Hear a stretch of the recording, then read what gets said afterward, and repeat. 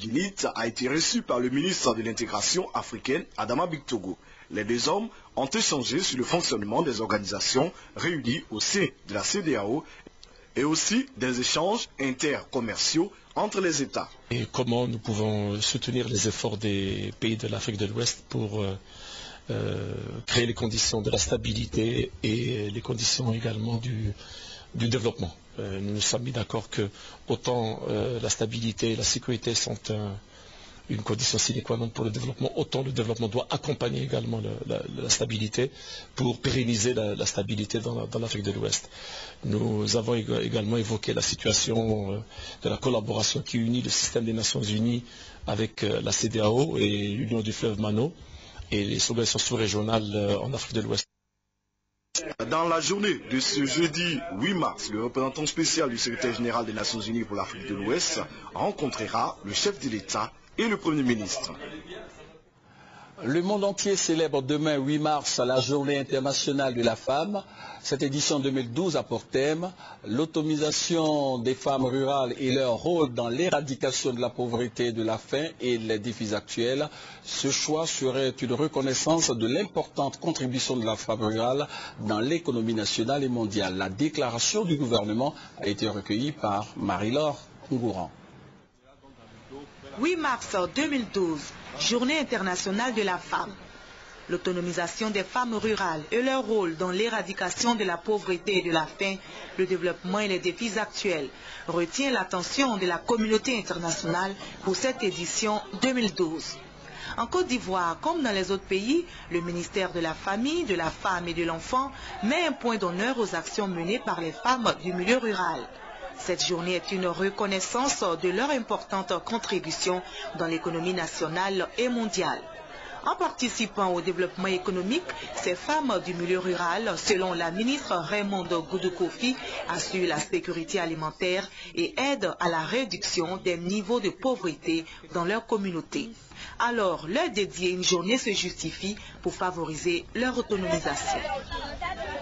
Dans le souci de favoriser l'autonomisation de la femme rurale, au-delà des festivités de cette journée commémorative, j'en appelle à une implication durable de tous les acteurs du développement pour qu'ils multiplient les actes de soutien, d'appui et d'encadrement aux femmes du monde rural dont le travail nous préserve de la famine. Chers compatriotes, en raison du contexte de réconciliation nationale et de reconstruction de notre cher pays, la présente édition se veut aussi une tribune d'évaluation de la situation des femmes ivoiriennes dans le processus de développement. À l'occasion de cette journée, un livre blanc dépeignant la présence des femmes dans tous les secteurs d'activité, y compris le monde rural, sera remis au président de la République Alassane Ouattara par le ministère de la Famille, de la Femme et de l'Enfant. Le ministre de la Santé et de la lutte contre le sida a effectué une visite surprise dans les hôpitaux de la commune d'Abobo. Le professeur André Yoma a voulu constater sur le terrain l'application de la gratuité ciblée des soins dans les CHU et les formations sanitaires. Abou Sanogo nous en parle. Lancé depuis le lundi 20 février dernier, le constat est rassurant. Le ministre de la Santé et de la lutte contre le sida, le professeur Thérèse Ondriyuma et sa délégation découvrent sur le terrain des centres de santé qui appliquent les mesures décidées par le gouvernement. Au district sanitaire d'Abobo Ouest, précisément à l'hôpital général d'Abobo Sud, le personnel de santé est à son poste et les malades continuent de fréquenter en grand nombre les différents services. Le professeur Thérèse Ondriyuma, en compagnie des responsables du district sanitaire, se rendent compte des réalités de l'hôpital. Le directeur de l'hôpital a demandé au ministre une amélioration du plateau technique pour une meilleure prise en charge des patients. Après Abobo Sud, cap est mis sur l'hôpital général Félix Houphouët-Boigny, toujours dans la commune d'Abobo. Le constat est le même. Cependant, le docteur Courtois Jean-Claude et ses collaborateurs ont dressé un tableau des difficultés qui empêchent d'appliquer convenablement la mesure de gratuité. À Anonkwa-Kouté, où s'est achevée cette visite, le professeur André Thérèse Yoma a encouragé les sœurs de la Providence qui tentent de remettre sur pied le centre de santé à base communautaire qui recevait plus de 500 patients par jour avant la crise post-électorale. Pillé et sinistré, ce centre n'a que sa pharmacie et la maternité qui fonctionnent au restreint. Le ministre de la Santé et de la lutte contre le sida a promis d'aider tous les centres de santé afin qu'ils puissent appliquer la gratuité ciblée. Le mouvement des fonctionnaires redéployés de Côte d'Ivoire vient de lever son mot d'ordre de grève lancé le 5 mars dernier. Une grève qui a conduit à la fermeture de l'école dans les régions du Béquet et du Hambol. Le Moforsi appelle donc ses membres à la reprise du travail dès demain. La déclaration a été recueillie par Sylvie Touré. Camarades fonctionnaires, camarades agents de l'État, nous sortons d'une entrevue avec Madame le ministre de l'Éducation nationale en présence du CNPRA, du ministère de l'économie et des finances, du ministère de la fonction publique et de la réforme administrative. Au cours de cette rencontre, Madame le ministre a apporté une réponse satisfaisante à notre préoccupation. C'est pourquoi le mot d'ordre de grève du Moforsi, qui court depuis le 5 mars 2012, est levé dès diffusion de ce communiqué. En conséquence, tous les fonctionnaires et agents de l'État qui observaient ce mot d'ordre du Moforsi sont invités à reprendre le service dès ce jeudi 8 mars 2012 à 7h00. C'est l'occasion pour nous de dire merci et de rendre un vibrant hommage au gouvernement à travers Madame le ministre de l'Éducation nationale qui a pesé de tout son poids dans le dénouement heureux de cette crise. Alors, on évolue donc dans le sens de l'apaisement. De l'économie à présent, le conseil d'administration de la BADEA se tient à Abidjan. La BADEA, c'est la Banque arabe pour le développement économique en Afrique. La cérémonie officielle d'ouverture a eu lieu en présence de plusieurs membres du gouvernement ivoirien. Hugues Hervé Blé. Pour son premier conseil d'administration depuis 20 ans dans la sous-région, la Banque arabe pour le développement économique en Afrique a choisi Abidjan. La réunion de ce mercredi est l'occasion pour la banque d'approfondir la perception par ses membres des réalités des populations ciblées sur le terrain. Une autre raison de la tenue à Abidjan du conseil d'administration de la banque consistant à la volonté des institutions arabes de marquer par cet acte symbolique leur présence et leur disponibilité à accompagner les efforts de reconstruction nationale engagés par le gouvernement ivoirien. La réunion d'Abidjan, selon le président du conseil d'administration de la BADEA, Youssouf Al-Bassam, offre une bonne opportunité pour relancer la coopération entre la Côte d'Ivoire et les institutions arabes de financement. En Côte d'Ivoire, la Banque arabe pour le développement économique en Afrique présente un portefeuille projet d'un coût d'un peu plus de 81 millions de dollars, reparti entre les secteurs de l'agriculture, de l'éducation et des infrastructures. Le souhait du ministre d'État, ministre du Plan et du Développement, une plus grande implication de la BADEA en Côte d'Ivoire. Je voudrais faire un plaidoyer afin que le présent conseil d'administration revoie à la hausse le portefeuille accordé à la Côte d'Ivoire afin que d'autres secteurs, notamment ceux des mines et de l'énergie, des transports, de la santé puissent bénéficier en plus de ce que le secteur des infrastructures, de l'eau, de l'éducation, formation reçoivent déjà de votre institution. Les besoins dans ce conseil de reconstruction post-crise sont énormes. Avant le conseil d'administration de ce mercredi, une délégation de la BADEA, conduite par Youssouf Al-Bassam, président du conseil d'administration de l'institution, a été reçue en audience par le ministre d'État, ministre du Plan et du Développement.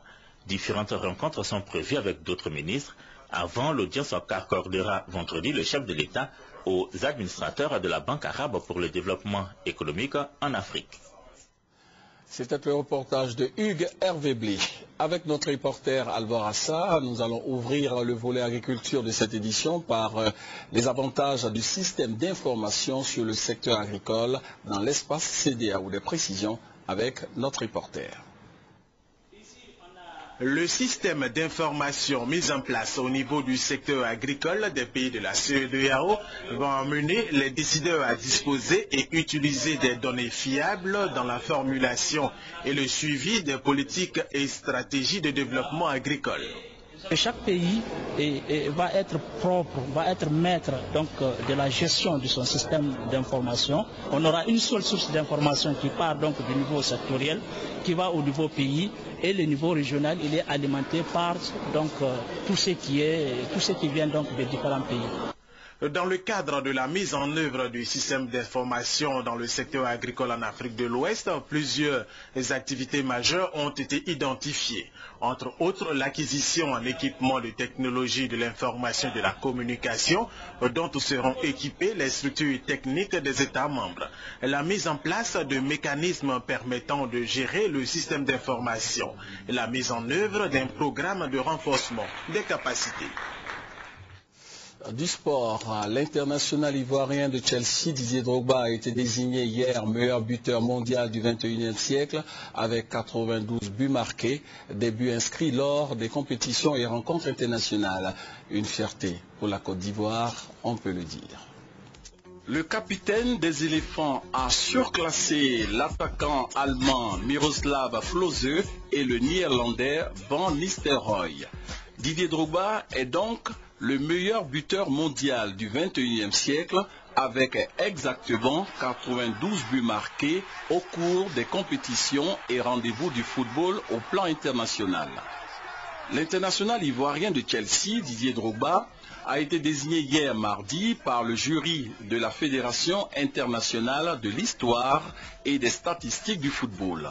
Selon cette fédération, Didier Drogba a marqué en 85 sélections, 54 buts, loin de l'Argentin Lionel Messi, classé 12e, et le Portugais Cristiano Ronaldo, classé 13e, avec respectivement 69 et 66 buts marqués.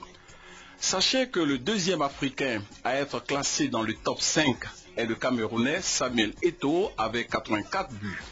Il est bon de savoir que le meilleur buteur mondial du 21e siècle est établi par l'addition des buts inscrits annuellement dans les rencontres et compétitions. Au nombre des meilleurs buteurs internationaux figurent des Brésiliens, Argentins, Allemands, Espagnols et maintenant un Ivoirien. Une fierté pour notre pays, la Côte d'Ivoire, avec la désignation de Drogba Tebili Didier, né le 11 mars 1978, père de famille et capitaine des éléphants de Côte d'Ivoire. Voilà, nos félicitations donc à Didier Drogba. Et puis le ministre des Sports et Loisirs nous informe que l'ouverture de la saison OHU pour cette année 2012 aura lieu le vendredi prochain à l'hôtel du district d'Abidjan à partir de 10h. Cette édition 2012 de l'OHU a pour thème « Agir ensemble pour la relance du sport à l'école sans sida ». À présent, quelques informations brèves sur notre continent, le continent africain, avec des informations en provenance du Sénégal, du Mali et du Congo-Brazzaville, où une série d'explosions a fait des morts, des blessés, des sans-abri. 5000 sans-abri au Congo après les explosions dans un dépôt de munitions dimanche. Le bilan des victimes est en hausse, près de 200 morts, 1340 blessés. Les victimes sont accueillies sur 3 sites à Brazzaville. L'aide internationale arrive progressivement. La République démocratique du Congo, la France et le Maroc ont déjà envoyé des équipes médicales. Les opérations de déminage du dépôt de munitions devaient débuter mardi, mais elles ont été retardées, le temps d'évaluer les dangers sur le site. Le conflit dans le nord du Mali, au cœur d'une rencontre entre le ministre des Affaires étrangères burkinabé et le président Amadou Toumani Touré. Tous les États de la région sont touchés par cet affrontement avec des rebelles touaregs qui engendrent instabilité et déplacement de population. Djibril Bassolé a plaidé pour un cessez-le-feu et un agenda de sortie de crise. Son objectif, garantir l'équilibre des institutions maliennes nécessaires à la tenue de l'élection présidentielle le 29 avril. Au Sénégal, le Conseil constitutionnel a donné les résultats définitifs du premier tour de l'élection présidentielle.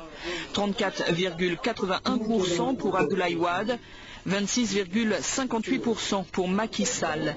Des chiffres très proches des résultats provisoires. Il confirme donc la tenue d'un second tour dont la date a été fixée au 25 mars.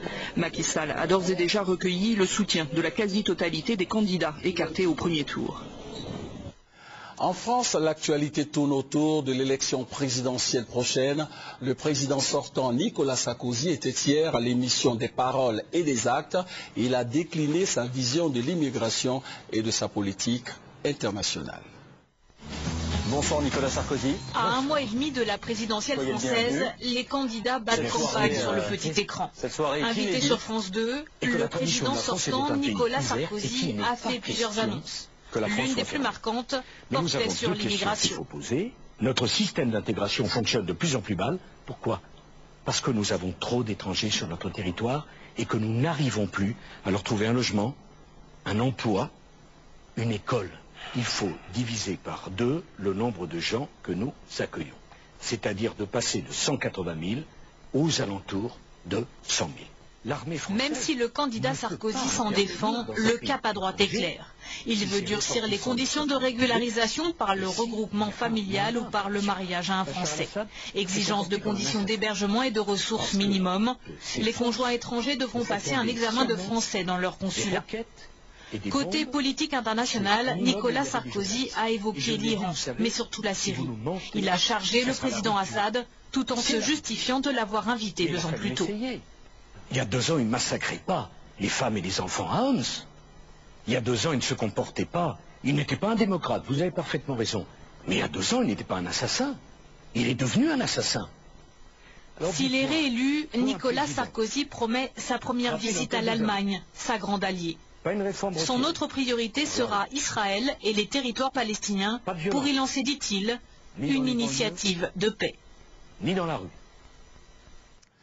Le chef de l'État, le président Alassane Ouattara, a appris avec une vive émotion la tragique nouvelle des tornades dévastatrices qui ont fait des dégâts aux États-Unis. Le chef de l'État a donc exprimé en son nom personnel et au nom du gouvernement ivoirien les sentiments de compassion au président Barack Obama, au gouvernement et au peuple américain. C'est la fin de cette édition. Rappelons qu'un conseil des ministres extraordinaire aura lieu demain dans l'après-midi au palais présidentiel. Merci de nous avoir suivis. Bonne suite de programme sur RTI 1, demain 20h. Vous avez rendez-vous avec Abiba Dambélé. Portez-vous bien.